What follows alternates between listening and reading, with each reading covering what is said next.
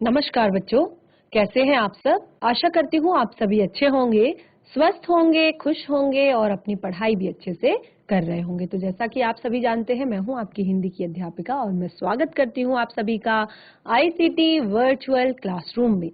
और आज हम यहाँ पर एकत्रित हुए हैं पढ़ने के लिए क्लास 6 की हिंदी। क्लास 6 के हिंदी में जैसे कि हम पिछले सेशन से पढ़ रहे हैं झांसी की रानी, जो हमारा चैप्टर है उसको। तो झांसी की रानी के बारे में हमने अपने पिछले 2 सेशंस में अपने चैप्टर में बहुत सारी बातें, बहुत सारी चीजें पढ़ी हैं और आज भी हम इसी चैप्टर को कंटिन्यू करेंगे। तो किस तरह जब झांसी के जो राजा हैं गंगाधर राव जी, उनकी मृत्यु के बाद किस तरह का माहौल झांसी में है। अंग्रेज शासकों ने झांसी पर आक्रमण कर दिया है, अंग्रेज शासकों ने झांसी पर अपना अधिकार स्थापित कर दिया है और वो धीरे धीरे पूरे भारत को अपने अधीन कर रहे हैं। भारत के अधिकतर राज्य उन्होंने अपने अधीन कर लिए हैं और अभी झांसी की बारी है, क्योंकि अब उन्हें यहाँ पर मौका मिल गया है। अभी झांसी का कोई भी वारिस जो है वो जीवित नहीं है, तो उन्हें एक मौका मिल गया कि वो झांसी पर अपना अधिकार जमा सकें।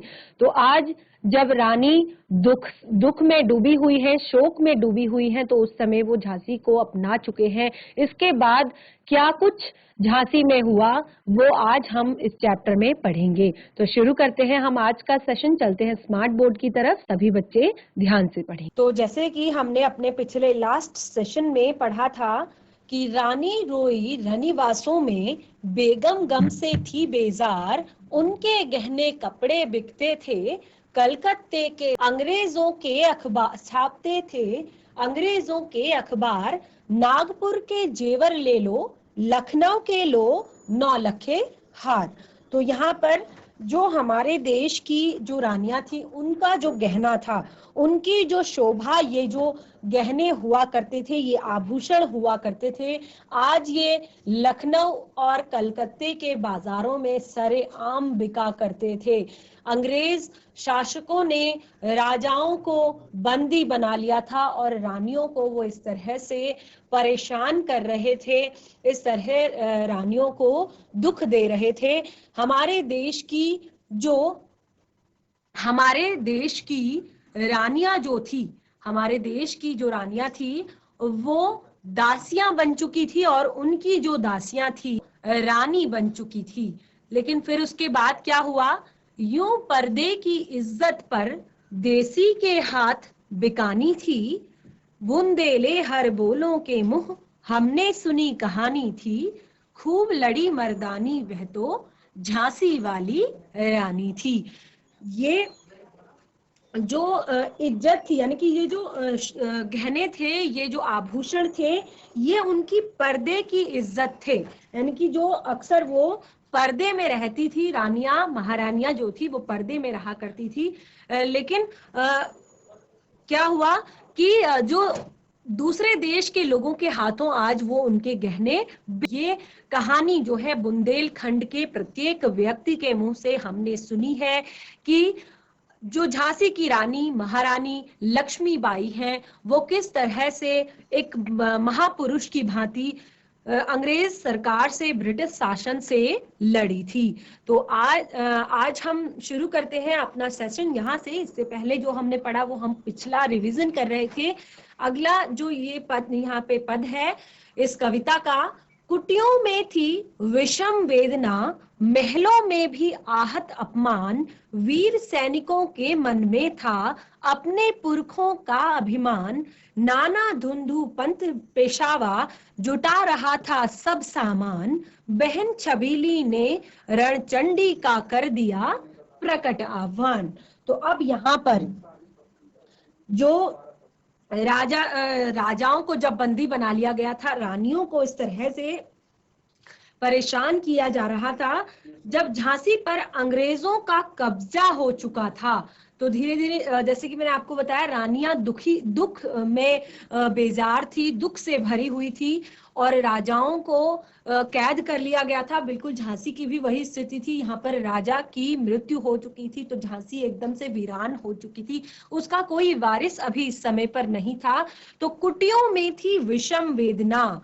अब जो कुटियां थी, यानी कि यहाँ पर जब झांसी पर अंग्रेजों का जब अधिकार हुआ, तो कुटिया में रहने वाले लोग भी यानी कि हर वर्ग के लोग इस बात से दुखी थे कि झांसी आज इतने बड़े दुख, इतने बड़े शोक में है और ऊपर से अंग्रेजों ने उस पर अपना अधिकार स्थापित कर दिया है। तो कुटियों में थी विषम वेदना, महलों में आहत सम्मान।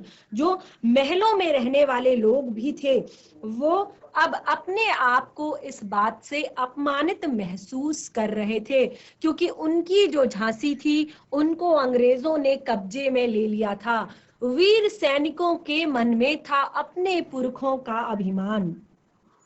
झांसी के जो वीर सैनिक हुआ करते थे, जो झांसी के पूर्व वीर सैनिक हुआ करते थे, उनके मन में अपने वीर पूर्वजों की वीरता का अभिमान था। उन्होंने कहा कि हमने आज तक अपनी झांसी को इतना सुरक्षित रखा, इतना बचा कर रखा, इतना संभाल कर रखा, तो हम अपने पुरखों के अभिमान को, झांसी हमारे पुरखों का अभिमान है, उन्होंने अपनी पूरा जीवन झांसी को बनाने में, झांसी को संवारने में लगा दिया, तो आज हम अपने पुरखों के अभिमान को इस तरह से चूर नहीं होने दे सकते। तो उनके अंदर भी एक सम्मान। कुटिया में रहने वाले लोग थे, वे भी वेदना यानी कि दुख से ग्रस्त थे। आगे क्या कह रहे हैं, नाना धुंधु पंत पेशवा जुटा रहा था सब सामान, बहन छबीली ने रणचंडी का कर दिया था प्रकट आह्वान।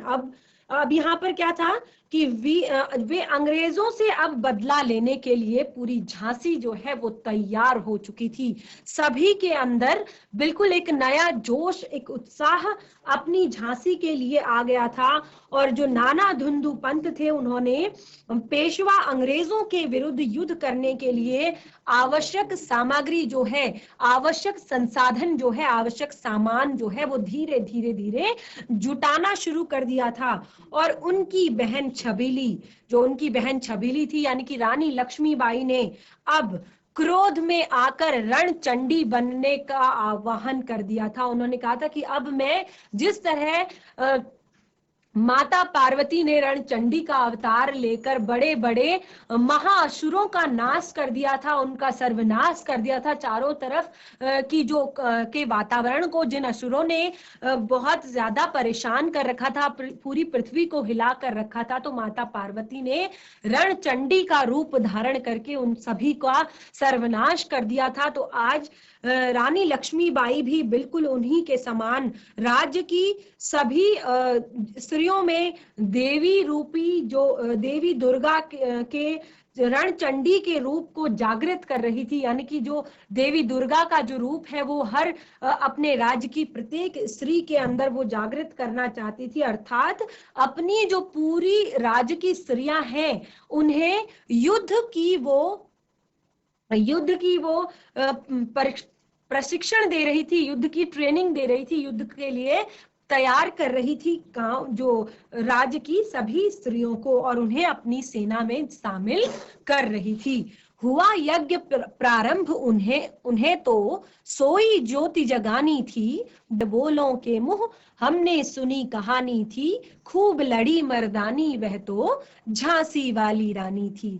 हुआ यज्ञ प्रारंभ उन्हें तो सोई ज्योति जगानी थी। अब जो है ये यज्ञ, कौन सा यज्ञ, अंग्रेजों को अपने देश से, अपने राज्य से बाहर निकालने का जो ये यज्ञ है ये अब प्रारंभ हो गया था। यानी कि स्वतंत्रता रूपी जो यज्ञ में सोई हुई जो ज्योति है, जो स्वतंत्रता रूपी एक देश भर में यज्ञ चल रहा था, उसकी जो सोई हुई ज्योति थी, उस ज्योति को जगाने का अब सभी ने निश्चय कर लिया था। अब सभी इस बात के लिए तैयार होना चाहते थे, अपने देश से, अपने राज्य से अंग्रेजों को, ब्रिटिश शासन को हटाना चाहते थे।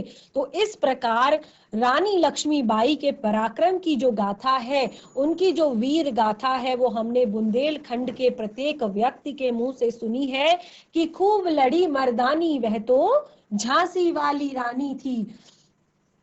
आगे कहती हैं सुभद्रा कुमारी चौहान जी, महलों ने दी आग, झोपड़ियों ने ज्वाला सुलगाई थी, यह स्वतंत्रता की चिंगारी अंतर तम से आई थी, झांसी चेती दिल्ली चेती, लखनऊ लपटें छाई थी, मेरठ कानपुर पटना ने भारी धूम मचाई थी। जबलपुर कोल्हापुर में भी कुछ हलचल उकसानी थी, बुंदेले हर बोलों के मुंह हमने सुनी कहानी थी, खूब लड़ी मर्दानी वह तो झांसी वाली रानी थी। देखिए यहाँ तक बात पहुंच गई है कि अब जब अंग्रेजों का अत्याचार धीरे धीरे बढ़ रहा है, उन्होंने झांसी को वीरान समझकर, झांसी को बिल्कुल अकेला समझकर उसको सहारा देने के बहाने से उस पर अपना अधिकार स्थापित कर दिया था। तो झांसी के जो सब लोग थे, रानी थी, चाहे वो महलों में रहने वाले लोग हों, चाहे वो झोपड़ी में रहने वाले लोग हों, सब लोग क्रोधाग्नि से जल रहे थे। तो महलों ने दी आग। महलों ने जब अंग्रेजों से अपनी आजादी जब छीन लेने की बात, महलों की महल जो है अब ब्रिटिश शासन के अधीन हो गए हैं। झोपड़ी ने ज्वाला सुलगाई, महलों ने आग दी, यानी कि महलों ने एक जोश जगाया, लोगों के अंदर उत्साह जगाया, और झोपड़ी ने ज्वाला सुलगाई। और साथ ही जो झोपड़ी यानी कि गरीब वर्ग के जो लोग थे, उनमें भी गुस्सा जो है वो भड़क गया अंग्रेजों से आजादी प्राप्त करने के लिए। और यानी कि उनके हृदय से भी आजादी प्राप्त करने का यह जोश और जुनून जो है एक ज्वाला की तरह उनके हृदयों से भी निकल रहा था। यह स्वतंत्रता की चिंगारी अंतरतम से आई, यानी कि सभी के हृदय से यह स्वतंत्रता की चिंगारी जो है। देखिए क्या होता है कि इंसान तब तक चुप रहता है, अगर आपको किसी की बात सिर्फ कानों तक कोई आपको सामने से कुछ गलत बोलता है, तो अगर आप उस बात को कानों तक सीमित रखते हैं तो आपको इतना फर्क नहीं पड़ता, आप बात सुनते हैं, बात खत्म हो जाती है। लेकिन किसी की बात, किसी का कोई काम अगर मन में चुभ जाता है, मन पर लग जाती है, तो फिर वो एक अलग ही रूप धारण कर लेती है। तो यही चीज यहाँ पर हुई। अंग्रेज अभी तक पूरे देश पर धीरे धीरे आक्रमण कर रहे थे, पूरे देश पर धीरे धीरे अपना अधिकार जमा रहे थे। तो ये बात तो सभी के लिए दुखदाई थी, सभी को परेशान करने वाली थी, सभी के लिए कष्टदायी थी।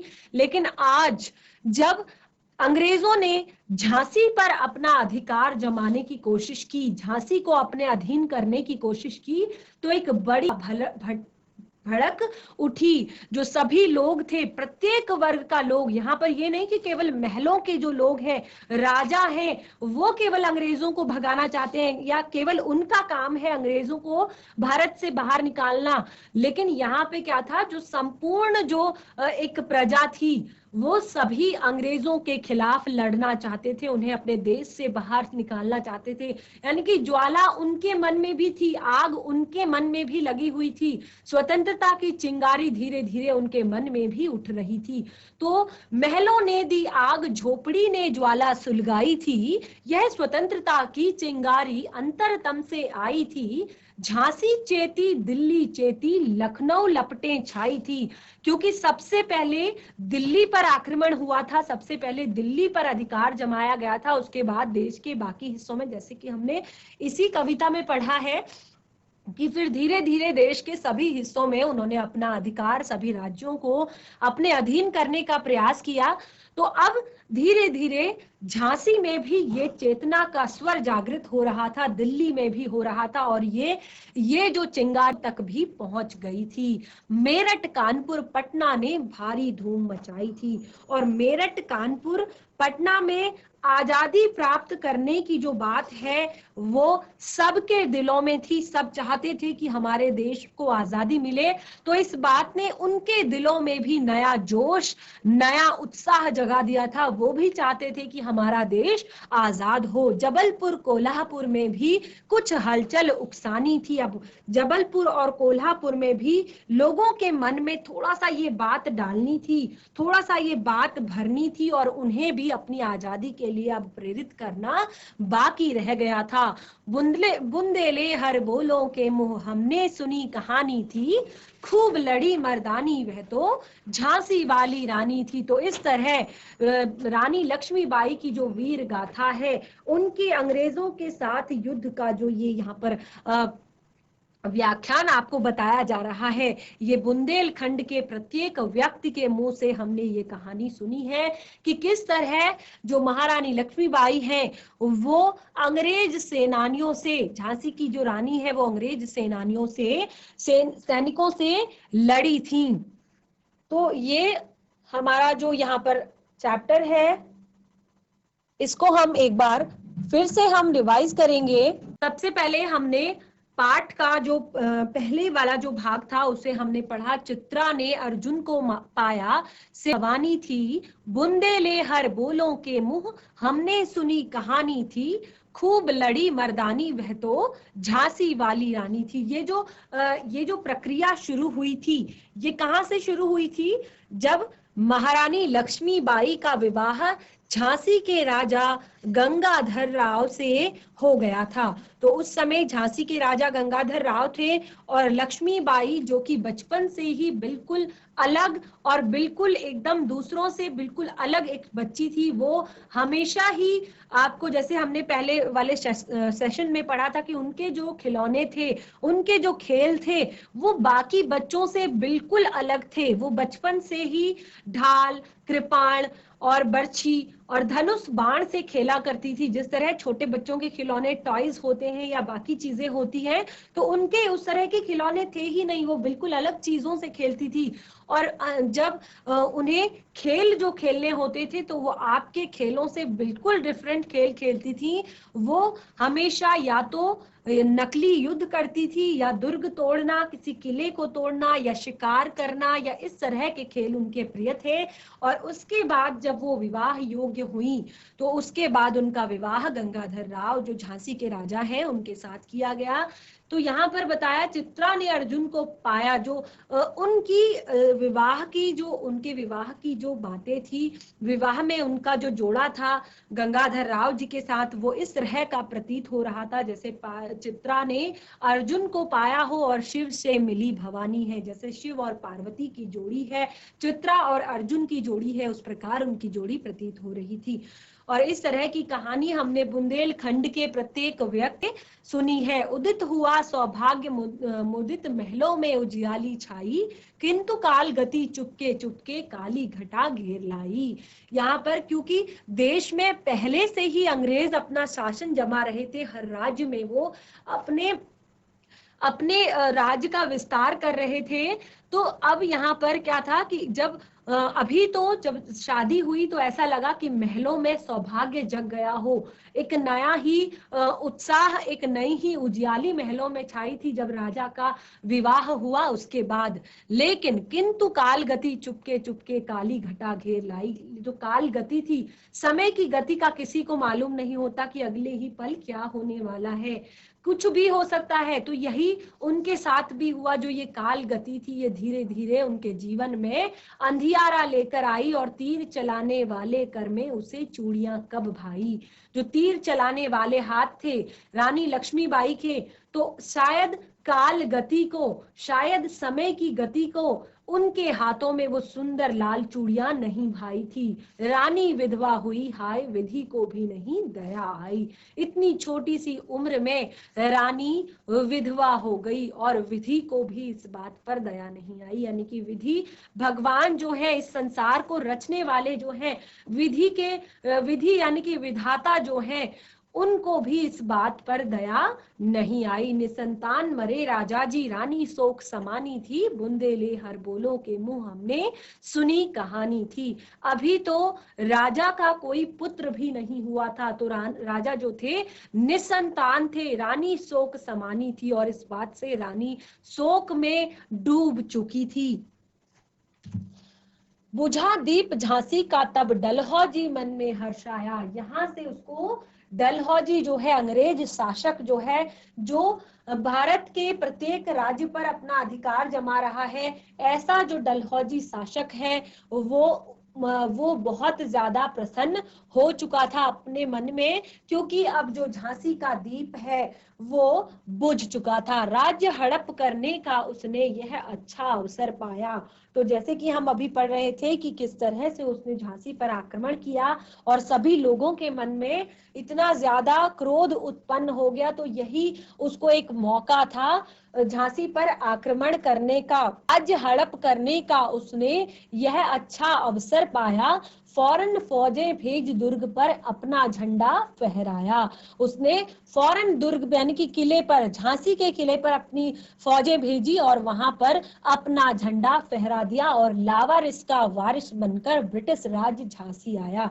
जो झांसी अब एक लावारिस के समान हो गई थी, यानी कि जो राजा थे उनका अभी पुत्र नहीं हुआ था और झांसी का कोई भी वारिस अभी उपस्थित नहीं था। तो उस लावारिस झांसी को सहारा देने के बहाने, क्योंकि वहां पर राजा अभी उपस्थित नहीं थे, रानी शोक से पीड़ित थी, शोक में डूबी हुई थी, तो उनको सहारा देने के बहाने जो है डलहौजी अपनी फौजों को लेकर झांसी में आ गया और उसने धोखे से झांसी पर अधिकार जमाया और झांसी के दुर्ग पर, झांसी के किले पर अपना झंडा फहरा दिया। अक्षुपूर्ण रानी ने देखा झांसी हुई वीरानी थी, बुंदेले हर बोलों के मुंह हमने सुनी कहानी थी, खूब लड़ी मर्दानी वह तो झांसी वाली रानी थी। और रानी जो थी वो पूर्ण रूप से अक्षुपूर्ण थी, यानी कि उन्हें बहुत ज्यादा वो रो रही थी, बहुत ज्यादा विलाप कर रही थी, बहुत ज्यादा दुखी हो रही थी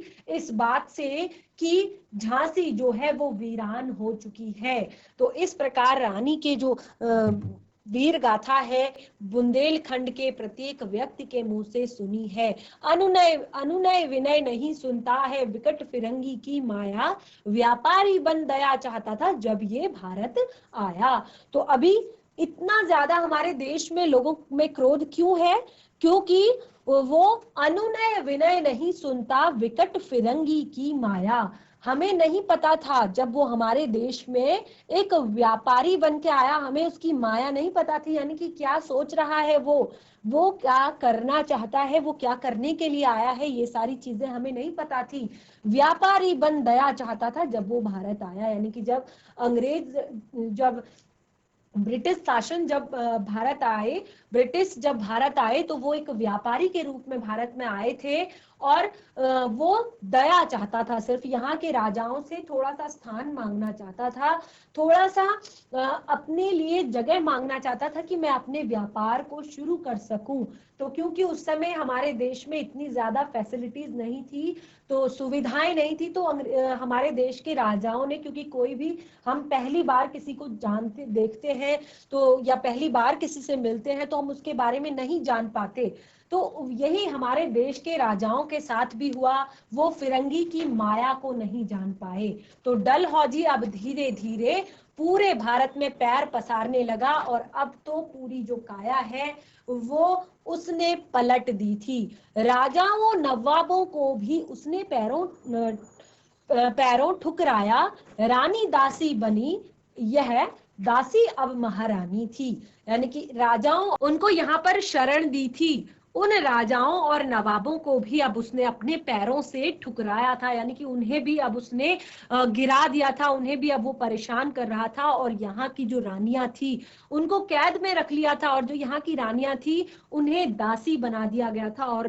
जो उनकी दासियां थी उन्हें यहाँ पर रानी बना दिया गया था। तो इस तरह की जो गाथा है वो हमने बुंदेलखंड के प्रत्येक व्यक्ति के मुंह से सुनी है। तो ये हमने आज अपने पिछला वाला सेशन जो था उसका भी हमने यहाँ पर रिवीजन कर लिया और इसका शेष भाग हम आगे कंटिन्यू करेंगे। तो बच्चों हमने लक्ष्मीबाई के बारे में पढ़ा कि किस तरह हमारे देश में जब राजा का निधन हो गया था तो उसके बाद अंग्रेजों ने किस तरह से हमारे देश की जो झांसी है राजधानी वहां की है वहां पर उन्होंने आक्रमण किया और पूरे देश में उनके खिलाफ जो आक्रोश है वो बढ़ गया, उनको देश से हटाने का जो एक बीड़ा था वो वहां से उठ गया। तो आगे इस पार्ट में और क्या होने वाला है, किस तरह रानी ने रणचंडी का रूप धारण करके अंग्रेजों के साथ लोहा लिया, इसे हम अपने नेक्स्ट सेशन में कंटिन्यू करेंगे। आज हमने जितना भी पढ़ा, हमने आज पिछले वाले सेशन का भी रिवीजन किया, तो आज हमने जितना भी पढ़ा आप उसे घर पर रिवाइज कीजिए। और जैसे कि मैंने आपको पहले ही सेशन में कहा था कि आप इस कविता को बिल्कुल कंठस्थ कीजिए, इस कविता को पूरी तरह से याद कीजिए, बहुत ही ज्यादा महत्वपूर्ण है, बहुत ही ज्यादा इंटरेस्टिंग है। तो आज का सेशन हमारा यहीं पे समाप्त होता है, हम मिलेंगे नए सेशन में, तब तक के लिए धन्यवाद, आपका दिन शुभ हो।